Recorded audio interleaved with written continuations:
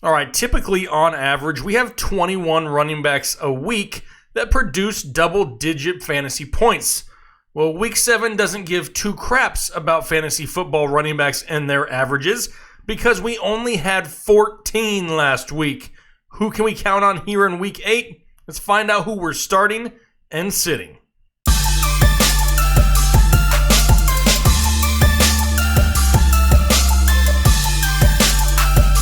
What is going on, Headliner Nation? Jake, Fantasy Headliners. Hopefully you guys are all doing well out there. Welcome back to the Draft.com studios, where today we're talking about running backs, who we starting, who we sitting for Week 8 fantasy football.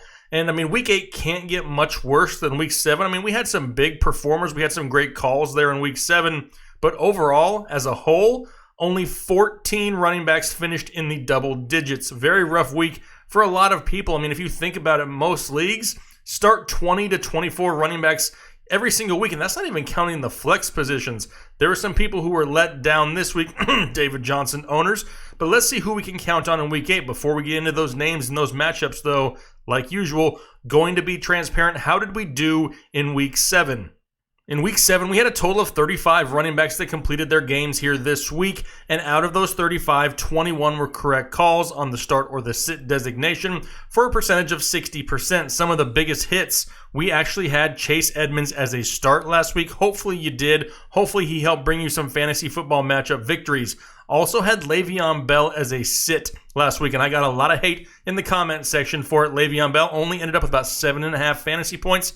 That's a hit also. Melvin Gordon had him as a sit. He did not hit that 10-point threshold. Joe Mixon, another guy who's struggling. Another sit, another correct hit. What about the misses, though? Marlon Mack had himself a down week. Frank Gore against the lowly Miami Dolphins couldn't produce 10 points. Aaron Jones went out there and that big touchdown reception really put him over the top for a lot of people. And Phillip Lindsay disappointed a lot of people on Thursday night. Overall, though, pretty solid week given the amount of scoring, or I guess you could say lack of scoring in Week 7. Some great hits, and we're trying to find some more here in Week 8. Now, let's get into all these different matchups, and before we do, just a reminder, giving away $1,000. There's a link down below in the description to another video. When this video is over, head over to that video, watch it, leave a comment, and get yourself entered. We're giving away $1,000. It's that simple. There's no fine print. You don't have to buy anything, nothing like that. We just want to say thank you to this community that's done so much for us, so make sure you go check that out. But now let's dive into Week 8 and see who we should start and sit.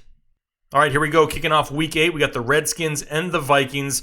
And if you own the Vikings, Dalvin Cook, please don't tell me you're looking for confirmation to start him this week. He is a great start once again this week, one of the best running backs in all of fantasy football. And now he's going up against the Washington Redskins, who allow, on average, over 20 fantasy points per game. Another good week coming for Dalvin Cook. But what about the running backs on the Washington Redskins side? Now, coming into this game, Adrian Peterson has had a combined 43 carries over the last 2 weeks.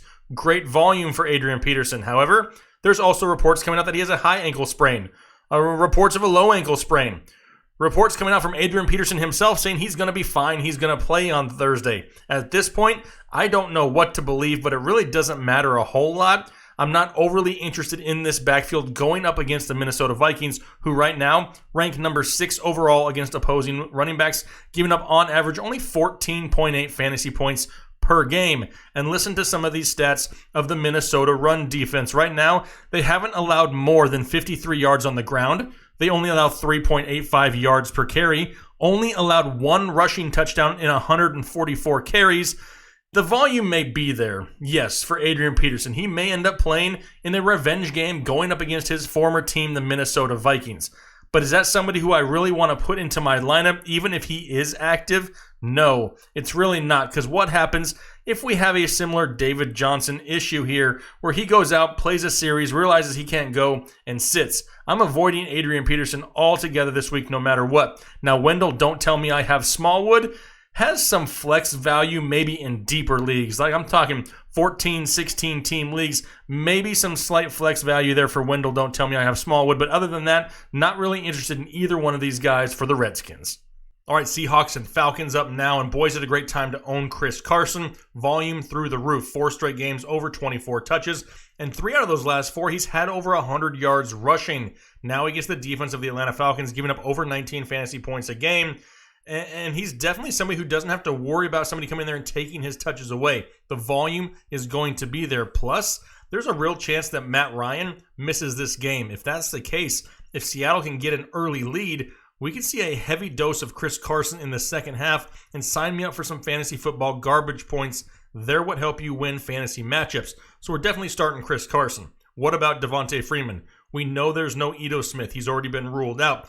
And if Matt Ryan can't go and Matt Schaub is under center, I expect them to use a lot of Devontae Freeman to try to take some of that pressure off of Matt Schaub, not only just in the running game, but in the passing game as well. That's where Freeman really begins to be a little bit safer of a play, as long as he can stay on the field. The Seahawks giving up on average over 17 fantasy points per game. Not a bad matchup for Devontae Freeman. The volume should be there this week. And remember, you drafted him as an RB2. If you can continue that RB2 production, you should be happy with it.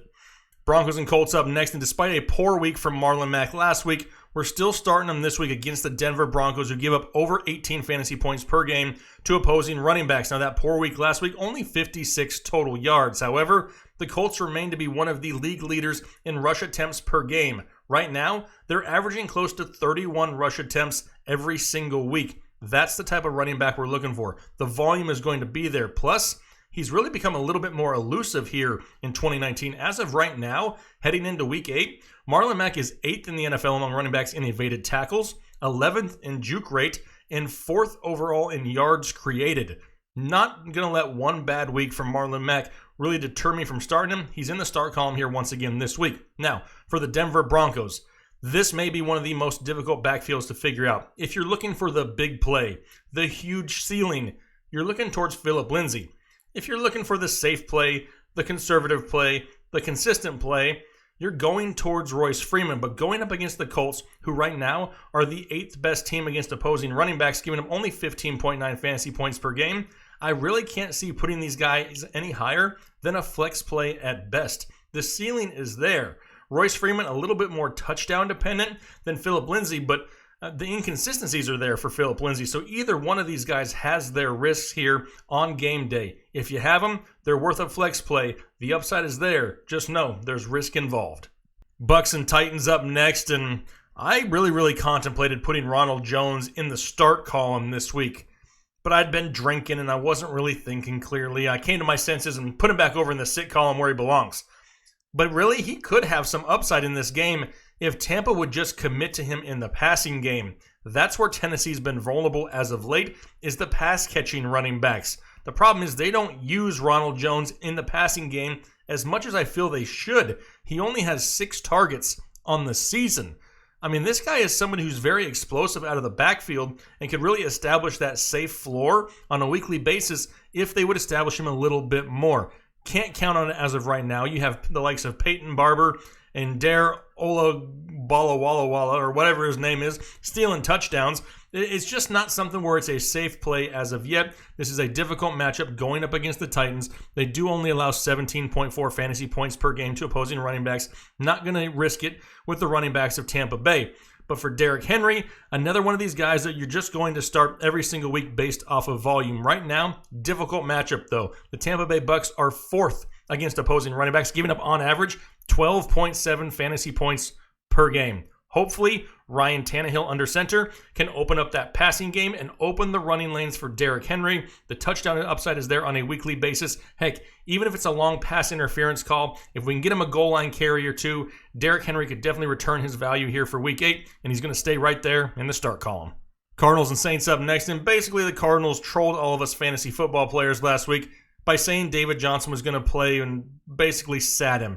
Now, yeah, he was limited all week in practice, but he was the week prior to that also and still played the full game. This week went out, played a few plays, said he couldn't go, sat him down. Insert Chase Edmonds, who had himself a career day of 27 carries for 126 yards, 2 receptions for 24 yards, and 3 total touchdowns. Now, yes, that was against the New York Giants defense. This is a tougher matchup for him going up against the Saints, who are currently 3rd overall, only allowing 12 fantasy points a game to opposing running backs. Now, the Cardinals did go out and signed Alfred Morris. Should that worry you? No, not really. He's more of an insurance policy at this point, but that does kind of tell me that maybe there's a little bit more to this David Johnson injury that we don't know about. Something to pay attention to here in the coming weeks. But if you have Chase Edmonds, you probably got him off your waiver wire, and he's been fantasy gold ever since. If you have him, keep him in your flex spot. Even if he only gets the average of what the Saints allow, 12 fantasy points here this week is not something I would be disappointed with getting from Chase Edmonds here, especially with bye weeks and injuries. So keep him in your lineup as a flex play only. That really limits the risk. Now, for the Saints, it's a little bit easier, right? They ruled out Alvin Kamara ahead of time. They were nice to us. They let us know. We knew to put Latavius Murray into the lineup. But what happens this week, we still don't know. Is Kamara going to play or not? If he does, I have to believe he's good to go for the game, and we should put him back in our starting lineup. I think if there's any risk or doubt, they would sit him like they did last week. More than likely, the Saints are going to win this football game. They may not need to risk it with Alvin Kamara, so if he does sit, automatically just insert Latavius Murray. Really depends who's going to start here. Whoever it is that does get the start is the guy that you want to have in your fantasy football lineup if you have them both. But going forward, that's kind of going to be what it is. Really based off of injuries. Pay attention to those practice reports. We'll see how we go into the weekend. Bengals and Rams up next, and last week I had Joe Mixon as a sit, and I'm going to do it again this week. Mostly in part due to that offensive line being absolutely horrible. But also, why is he not involved in the passing game? Joe Mixon is an elite pass catcher out of the backfield and is basically non-existent at this point. We know they can't run the ball, but why not still try to get him the ball in his hands in space and see if he can make something happen? He only has 6 targets combined in the last 3 games. 6. And his rushing numbers are even worse. Over the last 2 weeks, he has 12 total rushing yards. 12. 1-2 over the last 2 games combined. And now he gets the defensive front of the Los Angeles Rams and Aaron Donald. No, not going to touch it, not unless you're in some crazy deep league and have no other options. But for the Rams, what about Todd Gurley?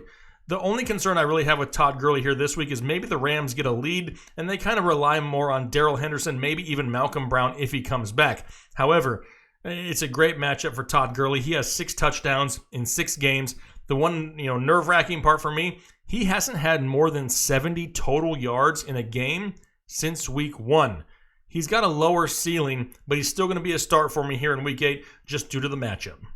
Eagles and Bills up next. A battle of 2 teams with some pretty tough run defenses and 2 teams that use the whole running back by committee approach. Right now, Buffalo allowing just about 18 fantasy points per game, where Philadelphia is among the league leaders, allowing only 14 fantasy points per game. Neither one of these backfields can really commit to one running back. If I had to say who the safer option was for each team, I would probably have to say Jordan Howard and Frank Gore. However, both of those guys are somewhat inefficient and really need volume. They need those 20-plus touches to return a solid fantasy day. And in a committee, that's not really going to happen. I expect a lot of passing in this game, and these guys in these roles, it's really hard to determine which one of them is going to have the better game. Hopefully you have better options, because in this game, I'm avoiding all 4 of these guys. Chargers and Bears up next, and what are we going to do with the backfield of the Los Angeles Chargers? I mean, so far, ever since Melvin Gordon has come back, he's very much underwhelmed a lot of people's expectations. He only has 81 rushing yards through 3 games. And now, on paper, a lot of people see the matchup going up against the Chicago Bears, and they're like, great, can't use him this week. But wait, don't panic. Let's look at some of the numbers. This is not the same Bears defense that maybe you're thinking they are. Right now, they're allowing 20.4 fantasy points per game. And they've lost defensive tackle Akeem Hicks. And over the past 2 games without him, they've allowed 277 yards and 5 touchdowns in 2 games. They also allow 13.3 fantasy points per game to running backs through the air. So that really boosts the upside of one Austin Eckler. It may look bad on paper, but this is the week that they could get the running game back on track in Los Angeles. Maybe we see the reemergence of 2018 Melvin Gordon this week. I'm starting both Gordon and Eckler. Now, for the Bears, it's a little bit of a different story. I mean, we can't really count on David Montgomery at this point, right? Last week, 2 carries for 6 yards. 2 carries. That's it. Now, Coach Matt Nagy's come out and said, hey, I'm not stupid. I know we need to run the ball more. Why aren't you?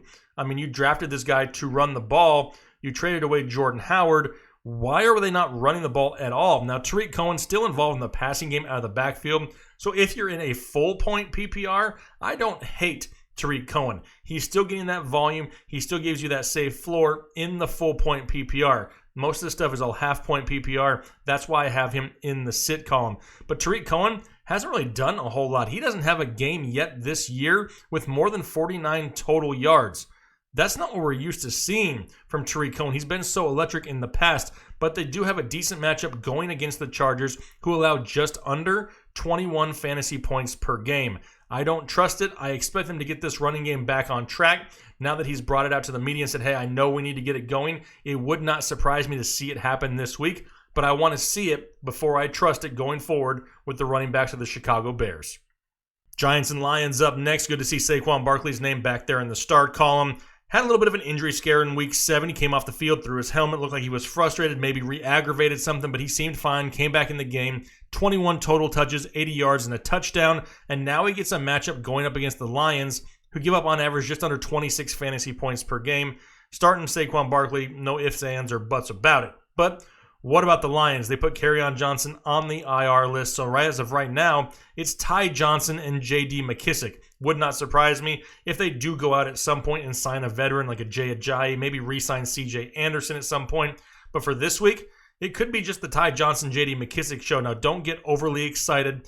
Ty Johnson's not going to be doing this alone. McKissic will be involved, but the Giants give up a lot of fantasy points. How many? Just under 28 fantasy points per game, and they just got torched by Chase Edmonds last week. I like Ty Johnson this week as a flex play. More than likely, you grabbed him off the waiver wire this week. Solid flex play. Going forward, though, the schedule does get a little bit tougher, and I want to see how this split works between him and McKissic before really getting excited about anything, past this week. If you have him, solid flex play, though, here for Week 8. Jets and Jags up next, and last week I had Le'Veon Bell as a sit. And boy, did I get roasted in the comment section at times for it. I got told numerous times how dumb I was for sitting Le'Veon Bell, regardless of the matchup, just because of the volume. Well, Le'Veon Bell had like 8 fantasy points last week and disappointed a lot of people. But we've been talking about this time for months, probably since June. This is the perfect buy low opportunity for Bell owners who are sick of putting up with mediocre numbers. They drafted him in the first or second round and expected more. He hasn't produced that type of production here as of yet, but it's about to change, and the buy low window is closing rapidly. It's going to start closing this week, going up against the Jacksonville Jaguars, who allow just under 20 fantasy points a game, the 11th most in the NFL. And if you look at last week's tape, Le'Veon Bell wasn't running bad. The Patriots were not containing Le'Veon Bell completely. He was finding holes. He was being productive with the opportunities he was given. The problem was the game just got out of hand too quickly, and they kind of had to go away from the run because they had to try to throw the ball down the field. Had that been a closer game, I have no doubt that Le'Veon Bell would have put together a solid game. But now, going forward, they need to try to use Le'Veon Bell a little bit more, take some pressure off of Sam Darnold, who's out there seeing ghosts, and Le'Veon Bell has huge upside going forward. Hopefully you've gotten him by now. Hopefully you didn't pay that high draft premium. Go out there, get him, put him on your fantasy lineup now because he's about to help you reap the rewards of it. Also, Jacksonville. Going to start Leonard Fournette here once again. Obviously, the guy has been crazy consistent all season long. The Jets right now only give up 15.8 fantasy points per game. But Fournette has 4 straight games with 20-plus carries. He's had double-digit fantasy points in every single game except for week 1. All he's lacking is that touchdown upside, but it's coming. He's going to start finding the end zone, and that's when the big days start coming for Leonard Fournette. Got him as a start here also in week 8. Panthers and Niners up next, and obviously you're starting Christian McCaffrey, but if there was ever a game that maybe you needed to limit expectations possibly, it may be this one going up against the San Francisco 49ers, who are only allowing 9.2 fantasy points per game to opposing running backs. That's second best in the NFL. However, you're still starting Christian McCaffrey. That upside is just too great to turn away from. Now for the San Francisco side of things, you have Tevin Coleman and Matt Breida. Both of these guys basically weekly flex plays, and it's probably because San Francisco runs the ball more than almost any other team in the NFL. At almost 39 times per game, these guys are touching the ball. As of right now, it seems like Matt Breida has cleared the concussion protocol, but it also looks like Tevin Coleman kind of has the slight lead in this backfield as far as touches go. He's had just up shy of 20 touches a game since returning, and it really has that solid flex play upside for these guys on a weekly basis. Carolina allows 18.7 fantasy points per game. Decent matchup, high volume. Both of these guys have that flex floor, and that's what I'm looking for here again in week 8. But that RB2 upside on a weekly basis is always there for either one of these guys. Raiders and Texans up next, and we're going to continue to ride the Josh Jacobs train here. He's got back-to-back games with 20-plus carries and 100 yards rushing. What's surprising to me is he's doing it against a lot of stacked boxes. Right now, he faces a stacked box on average 31.8% of the time. That's ninth most in the league among running backs, and he's averaging 6.6 yards per carry while doing it. Now, Houston, they only give up 16.7 fantasy points per game, but if you look at that average, if I were to tell you at the end of the week that Josh Jacobs scored you 16 fantasy points, more than likely, you'd be happy with it. He's going to be a start here again for me this week, week 8. Now, for the Texans side, you got Carlos Hyde and Duke Johnson. This is really going to depend on what options you have out there.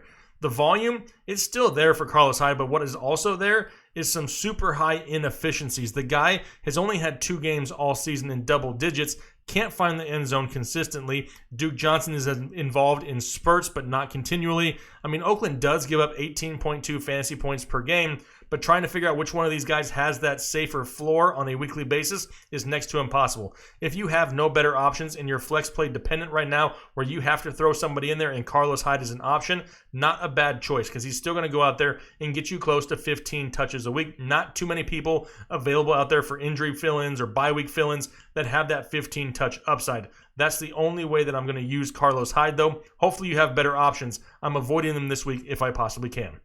Browns and Patriots up next, and good news, Nick Chubb is back.